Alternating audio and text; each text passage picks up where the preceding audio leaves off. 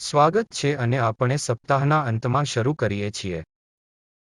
ત્યારે આપણે શું કર્યું છે તેના પર પાછા જોવાનો સારો સમય છે. આપણે એક ઓબ્જેક્ટના ખૂબ જ સિમ્પલ ઓસિલેશન સાથે શરૂઆત કરી. તે પછી આપણે એકસાથે જોડાયેલા ઘણા બધા બિટ્સ, ઉદાહરણ તરીકે જોડાયેલા પદાર્થોના કંપનનું વિશ્લેષણ કર્યું. અને આપણને કંપનના કપલ મોડમાં રસ હતો.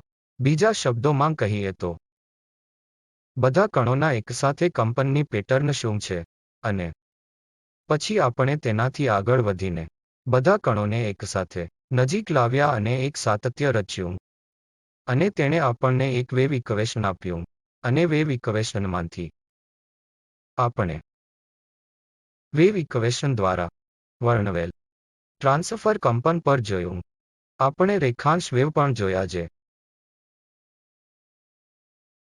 વેવ ઇક્વેશન દ્વારા પણ વર્ણવવામાં આવે છે રેખાંશ વેવનું અગ્રણી ઉદાહરણ ધ્વનિ વેવ છે. તેથી આપણે ધ્વનિની ગતિ માટે એક સૂત્ર મેળવ્યું. આપણે એ પણ જોયું કે જો આપણે ઘન સ્વરૂપમાં પ્રસરી રહેલા ધ્વનિનું વર્ણન કરતા હોઈએ તો સૂત્ર કેવી રીતે બદલાશે, અને સામાન્ય રીતે, અને ખાસ કરીને ધ્વનિ જ્યારે એક માધ્યમથી બીજા માધ્યમમાં જાય ત્યારે શું થાય છે. હવે આપણે શું કરવાનો પ્રયાસ કરીશું તે એક રિવર્સ સમસ્યાને સંબોધવા માટે છે. દાખલા તરીકે આપણે આ ખૂબ જ સરળ સમસ્યા કરી હતી જ્યાં આપણે થોડી અલગ ફ્રીક્વન્સી સાથે સાઇન વેવ્સ કહેવાનું ઉમેર્યું હતું. તો ચાલો કહીએ કે આમાં ફ્રીક્વન્સી નવી છે અને આમાં ફ્રીક્વન્સી νb છે, અને તેમની વચ્ચેનો તફાવત ખરેખર નાનો છે, નવા 2 - નવા 1. તમે માની શકો છો કે તે ખરેખર નાનું છે. તે કેટલાક ડેલ્ટા મ્યુ તરીકે વિચારે છે. જ્યારે આપણે તેમને એકસાથે ઉમેરીએ છીએ ત્યારે આપણને બિટ્સની પેટર્ન જેવું કંઈક મળ્યું. હવે પ્રશ્ન એ છે કે જો મને આ ઓબ્જેક્ટ કહેવામાં આવે તો સંયુક્ત વેવફોર્મ હું આ વ્યક્તિગત ઘટકો મેળવી શકું.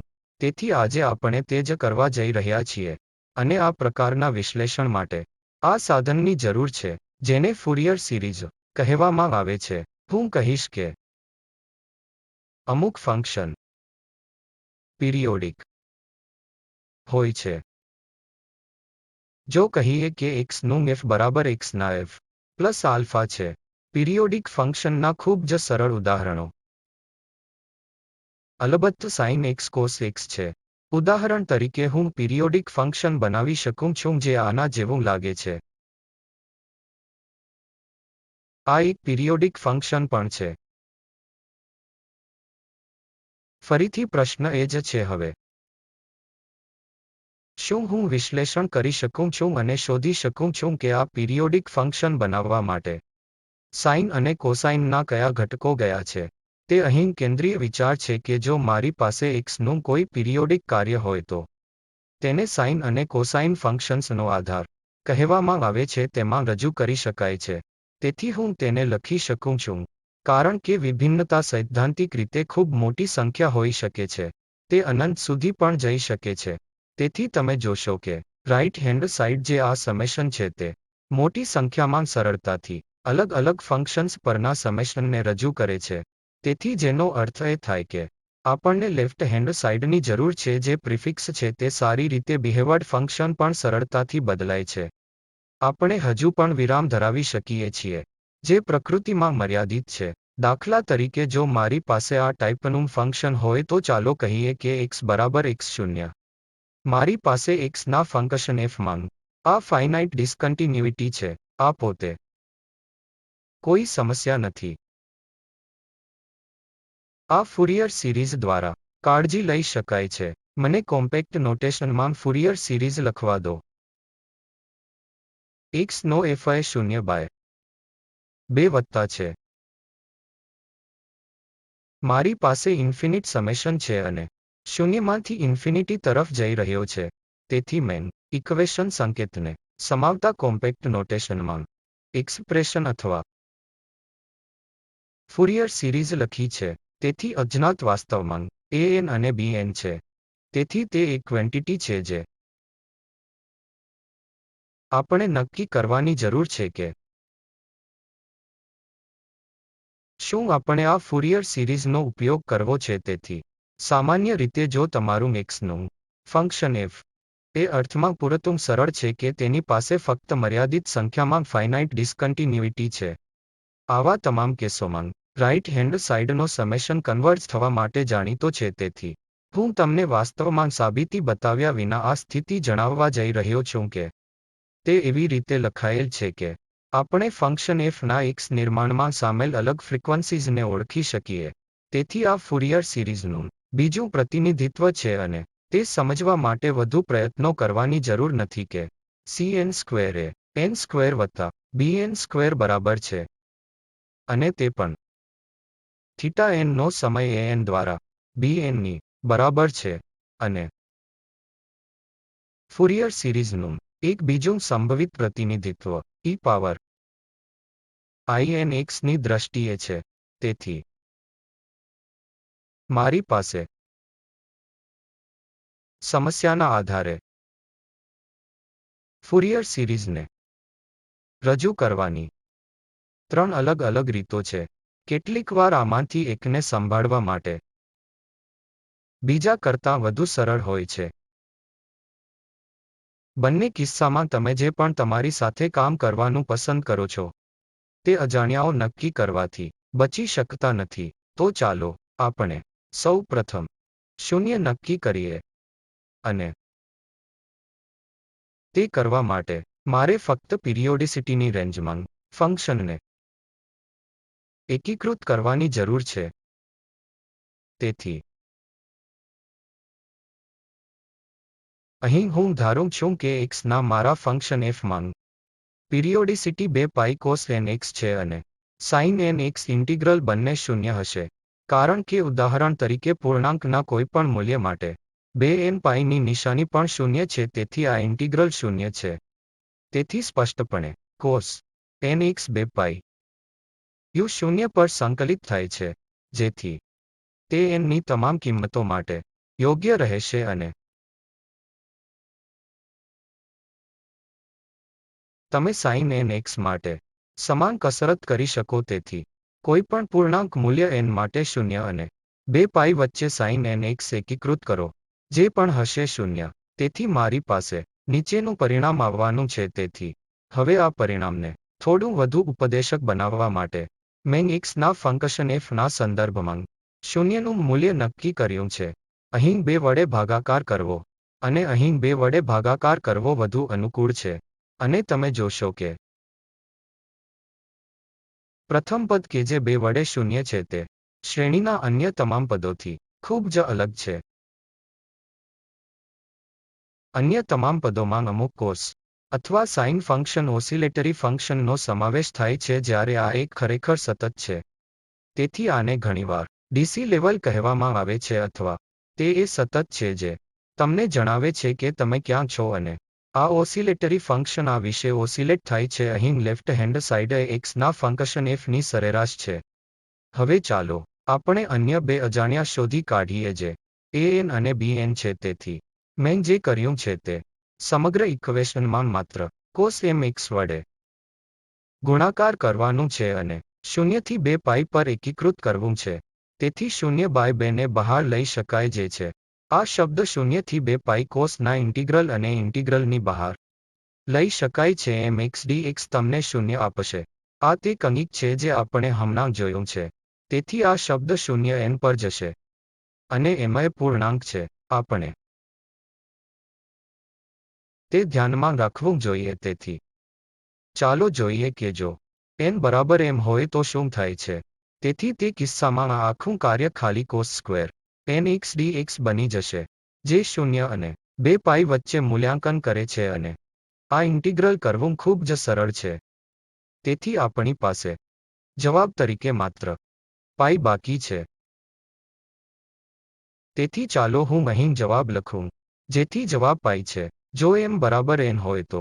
જો m n બરાબર ન હોય તો તમે cos a નો ઉપયોગ cos b ફોર્મ્યુલામાં કરી શકો છો, જેથી પરિણામ cos a વત્તા b અને cos a માઇનસ b ના સંદર્ભમાં આવશે. તેથી આ ઇન્ટિગ્રલ જ્યારે m અને n સમાન ન હોય ત્યારે હવે તમે આ ફંક્શનને ખૂબ જ સરળતાથી ઇન્ટિગ્રલ કરી શકો છો. તે ફક્ત કોસ ફંક્શન, તેથી પરિણામ એ સાઇન ફંક્શન હશે. આ આખું ફંક્શન n અને mની કિંમતને ધ્યાનમાં લીધા વિના, જ્યાં સુધી તેઓ પૂર્ણાંકો ન હોય ત્યાં સુધી તમને શૂન્ય આપશે. જો n m બરાબર ન હોય તો આ શૂન્ય હશે, આ પણ શૂન્ય હશે. તેથી હવે હું ફરીથી આ ઇન્ટિગ્રલનું પરિણામ શૂન્યની બરાબર તરીકે લખી શકું છું જો m બરાબર n ન હોય. અને તે જ રીતે હું તમને વિનંતી કરું છું કે જો તમે શૂન્યથી 2 પાઈ d sin nx sin mx integral વચ્ચે સંકલિત કરો તો શું થાય છે, અને આ પણ પાઈની બરાબર છે. જો m n ની બરાબર હોય અને તે શૂન્યની પણ બરાબર હોય, તો m n ની બરાબર ન હોય તો કહીએ cos nx sin mx શૂન્ય અને 2 પાઈ વચ્ચે dx પર સંકલિત. તેથી આવા કિસ્સામાં m અને n જે હોય ત્યાં સુધી તેઓ પૂર્ણાંક ન હોય ત્યાં સુધી પરિણામ હંમેશા શૂન્ય જ હોય છે. ઉદાહરણ તરીકે અહીં ઇન્ટિગ્રલ માત્ર ત્યારે જ ટકી શકે છે જો m અને n સમાન હોય, અને આ એક સાઇન અને કોસ ઇન્ટિગ્રલનું સંયોજન છે, તે માટે n અને m ની કોઈ પણ કિંમત ટકી શકશે નહીં. m અને n ના કોઈ પણ પૂર્ણાંક મૂલ્યો. તેથી આ હંમેશા શૂન્યની બરાબર હશે. જ્યારે m n ની બરાબર હોય તો આ એક ટકી રહેશે. જે કિસ્સામાં bn શોધવા માટે મારે ઘણી સમાન એક્સરસાઇઝ કરવાની જરૂર પડશે. તેથી મારે ફક્ત આ પ્રથમ સંબંધ પર પાછા જવાની જરૂર છે, જે આપણે ફુરિયર સિરીઝ માટે sin mx દ્વારા ગુણાકાર માટે લખી છે અને 0 થી 2 પાઈ પર ઇન્ટિગ્રેટ કર્યું છે. મેં અહીં તમામ સંબંધો એકત્રિત કર્યા છે. તેથી આ સાથે x ના f પર ઇન્ટિગ્રલની દ્રષ્ટિએ આપણે બધા ગુણાંકો જાણીએ છીએ, જે m b m અને 0 છે. તેથી મેં કહ્યું તેમ 0 અથવા 0/2 તમને કાર્યની સરેરાશ આપે છે, અને આ અન્ય ગુણાંક તમને જણાવે છે કે આપેલ ફંક્શનના નિર્માણમાં કઈ ફ્રીક્વન્સીઝ સામેલ છે. માત્ર તમને એક પિક્ટોરિયલ ઉદાહરણ આપવા માટે, ઉદાહરણ તરીકે મારી પાસે આ ફંક્શન છે જે મેં હમણાં જ બનાવ્યું છે, અને તમે ફંક્શનના દેખાવ પરથી સ્પષ્ટ રીતે જોઈ શકો છો કે જો હું આને મૂળ તરીકે લઉં તો અહીં આ બિંદુ એ છે કે ઓરિજિન તો સ્પષ્ટપણે ફંક્શન લગભગ x બરાબર લગભગ y બરાબર 0 સાથે ઓસિલેટિંગ છે. તેથી જેનો અર્થ છે કે ફંક્શનની સરેરાશ 0 છે અને ઓસિલેટરી કમ્પોનન્ટ જો તે પ્યોર સાઇન કર્વ હોય તો અમારું પૃથક્કરણ આપણને કહેશે કે આ bmની માત્ર એક જ ટર્મ ટકી રહેશે અને બાકીનું બધું 0 હશે, અને કોસાઇન ઇન્ટિગ્રલમાંથી કોઈ પણ ટકી શકશે નહીં. તેથી m ના તમામ મૂલ્યો માટે તમામ m 0 હશે, અને bm 1 સિવાયના બધા 0 હશે, અને 0 0 બરાબર છે. તેથી એક સરળ વ્યાયામ તે ખૂબ જ સાહજિક છે. તમે તેને વધુ ઔપચારિક રીતે કરવા માટે બીજા શબ્દોમાં પ્રયાસ કરી શકો છો, અને તમારે માની લેવું જોઈએ કે તમારું x નું f sin x છે. આનું પરિણામ એ આવશે કે m b 1 ના તમામ મૂલ્યો માટે તમામ m 0 1 હશે.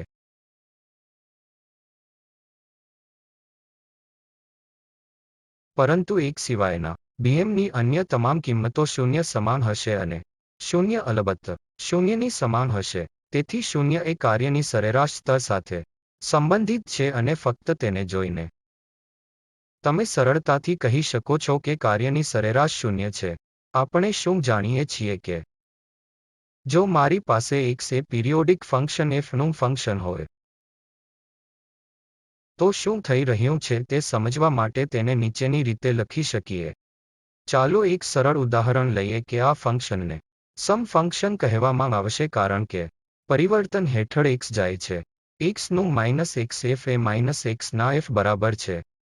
તેથી તમે x બરાબર -x મૂકો તો ફંક્શન બદલાતું નથી, અને હકીકતમાં તમે ફંક્શનને પ્લોટ પણ કરી શકો છો.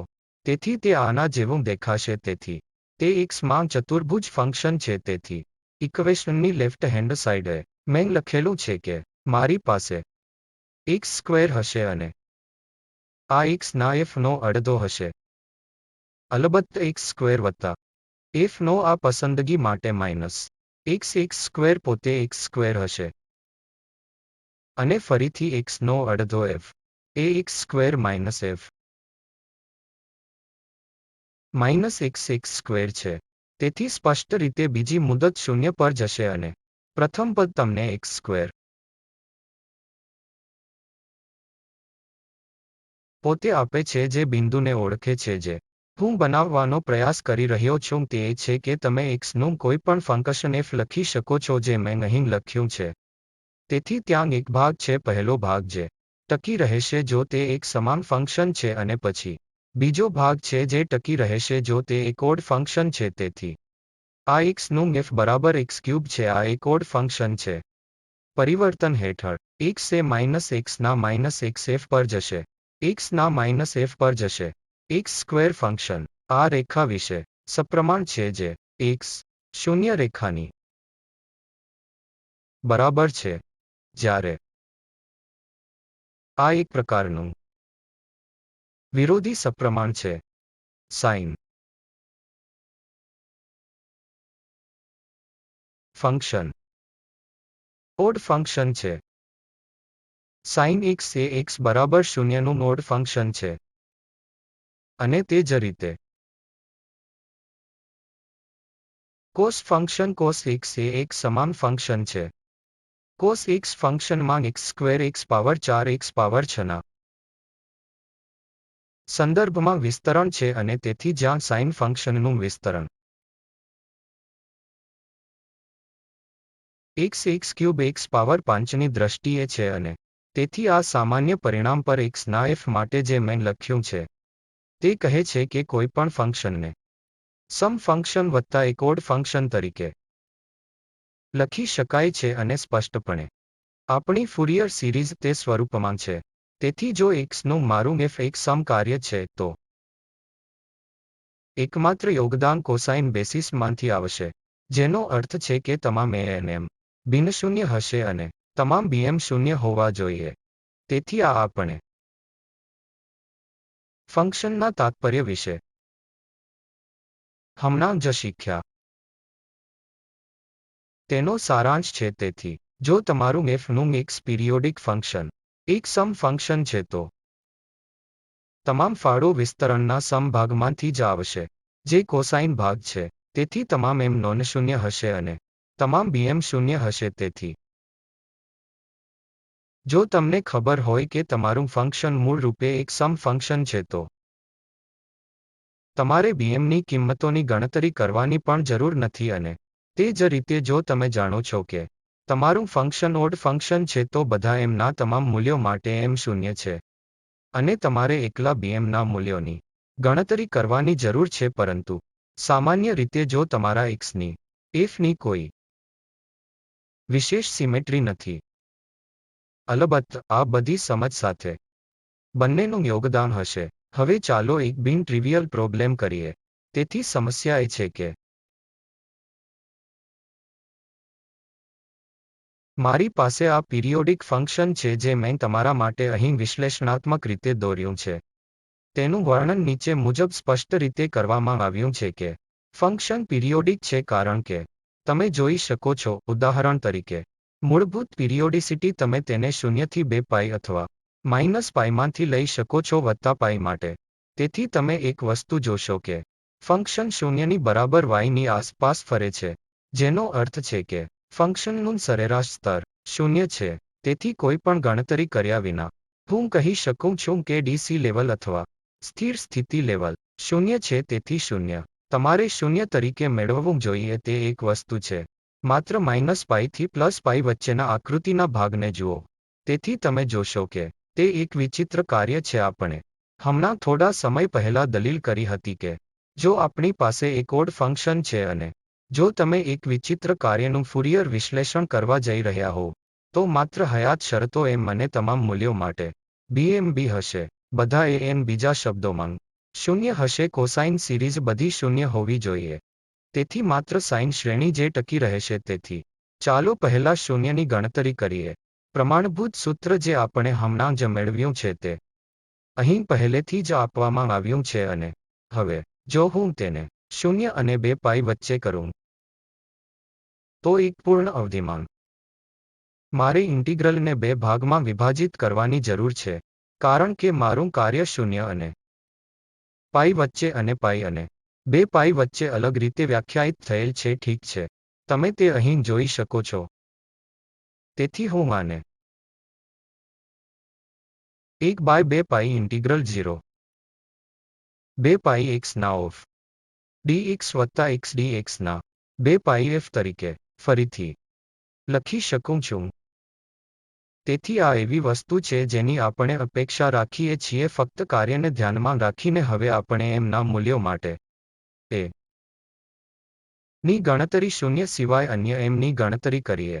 તેથી ફરીથી am શોધવા માટે આપણે 0 અને પાઈ વચ્ચેના ઇન્ટિગ્રલને વિભાજિત કરવાની સમાન તકનીક કરીએ છીએ.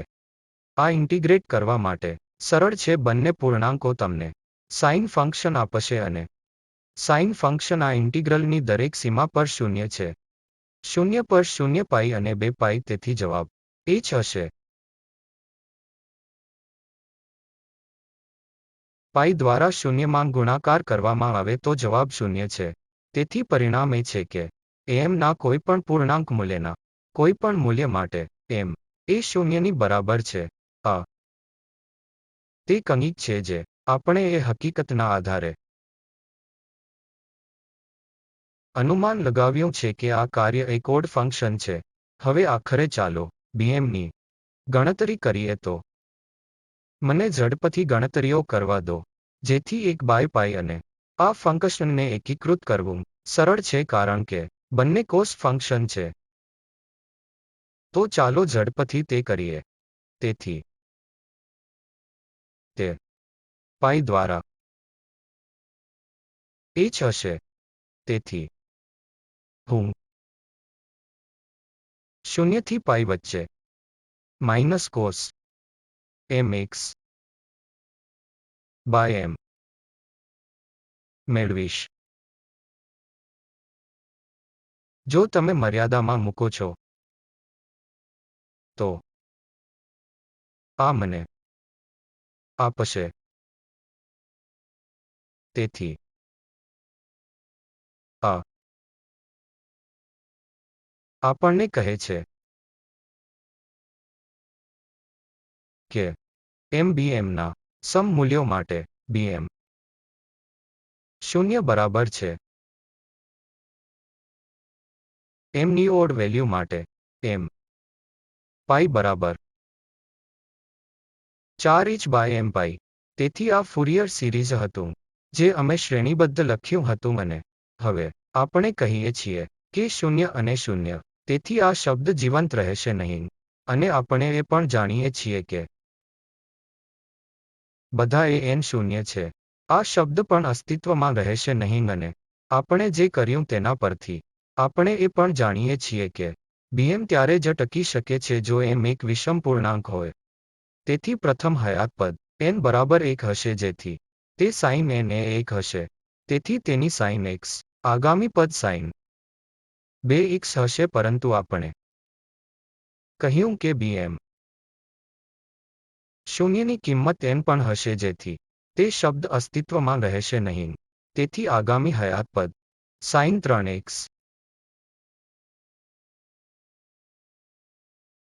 હશે અને અલબત્ત અહીં 3 વડે ભાગ્યા હશે કારણ કે આ n વત્તા sin 5 x ભાગ્યા 5 અને તેથી વધુ.